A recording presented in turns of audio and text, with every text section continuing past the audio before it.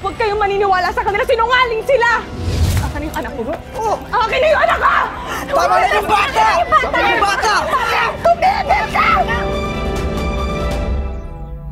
Ma, pa, si Lilian po. Hello po, Tito. Hello po, Tita. Parang iba yung itsura mo sa pictures, tsaka sa personal. Paano ulit kayo nagkakilala nito si Miguel? Nagkakilala po kami sa isang jewelry shop sa Ongpin. Regular customer ko po siya doon. May jewelry shop ka pala. Tita, hindi po kayo may-ari ng jewelry shop. Tindera lang po ako doon.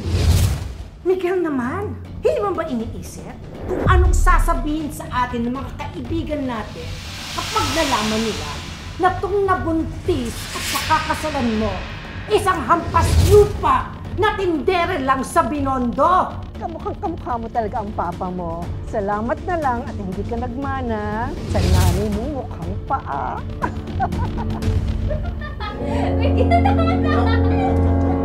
Mga hayop kayo? Hayop kang babae ka! Lilian, tama na! Lilian! Sheila! Tita! Buti kayo! Sinasaktan niya ako! Anak siya ng kasosyo namin sa negosyo! Tumigil ka, ha? Itong si Sheila, siya dapat ang pakakasalan ng anak ko. Pero anong ginawa mo, ha? Pinikot mo ang anak namin!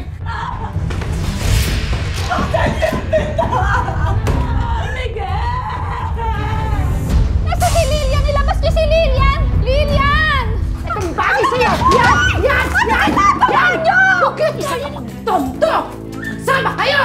Hindi na kami pwedeng umalis ng ano ko dito kasi wala naman magbibigay ng sustento sa amin si Miguel. Kaya titiisin ko pa lang lahat. Tita! Ang tangat-tanga mo! Ang tangat-tanga mo! Hindi mo sinabi na pasasakay mo! Tita, tama na! Wala nang dahilan para manatili pa ako sa bahay na pagkukunin ko yung anak ko! Nakausap ko na sila mama at papa. Pumayag na silang umuwi ka sa probinsya kasama ang anak natin. Ticket niyo. Ako na maghatid sa inyo sa airport. Nasaan tayo? Akala ko makapunta tayo sa airport. Sige, pasok mo na yan. Pasok niyo na Anong yan. ginagawa niyo? Miguel, ano to? Hayop ka! Ano to? Mga hayop kayo! Pare-pareho kayo! Lilian, wala kang kakayahan magpalaki ng bata dahil baliw ka.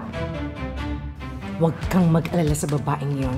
Hindi yon basta-basta makakalabas ng hospital. Nabasin niyo po ako dito! Tsaka kung makakalabas man siya, hindi niya makukuha ang anak ko. At may record na siya na wala siya sa tamang pag-iisip. Sir, naawa na po kayo sa akin. Palabasin niyo po ako dito, sir. Please lang po. Please lang po. Yung anak ko po kailangan